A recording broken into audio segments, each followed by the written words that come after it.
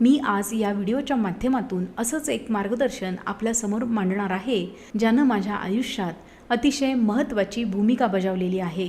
माझ्याकडे 30 ते 35 वयोगटातला एक तरुण स्वतःच्या व्यावहारिक प्रश्नांची उत्तरं शोधण्यासाठी आला होता। तो व्यावसायिक होता आणि व्यवसायातले चढ उतार कमी होऊन मार्ग प्रशस्त व्हावा आणि सुसह्य व्हावा यासाठी PLR त्याला करून घ्यायचं होतं। नेहमीप्रमाणे PLRच्या दुसऱ्या सेशनमध्ये सद्गुरू कृपेमुळे हा मुलगा ध्यानाच्या खोल अवस्थेमध्ये गेला। खरं तर आध्यात्मिकदृष्ट्या हा जीव इतका उन्नत अवस्थेमध्ये होता की सेशनच्या उत्तरार्धामध्ये गुरुस्वरूपामध्ये साक्षात शिवतत्व त्याच्या समोर येऊन उभं राहिलं आणि त्याला अनुभूतीच्या स्वरूपामध्ये आशीर्वादही त्यांनी दिला। सेशन शेवटाकडे चाललं होतं आणि अचानक त्यांनी थेरपिस्टसाठी एक संदेश आहे असं सांगितलं।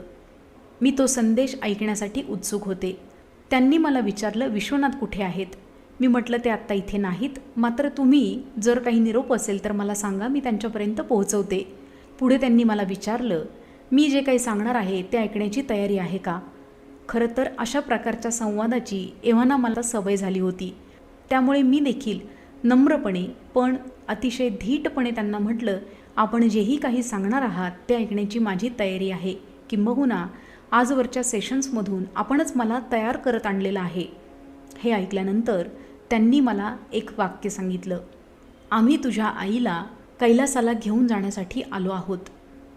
हे वाक्य ऐकल्यानंतर त्याचा अर्थ मला लगेचच कळला, मात्र तो पचण्याची क्षमता माझ्यामध्ये त्यावेळी अजिबात नव्हती। काही क्षण अंधारून आल्यासारखं वाटलं आणि मी एकदम शांत बसले। खरं तर मला सुचत नव्हतं, मेंदू बधीर झाला होता आणि काय करावं हे कळत नव्हतं।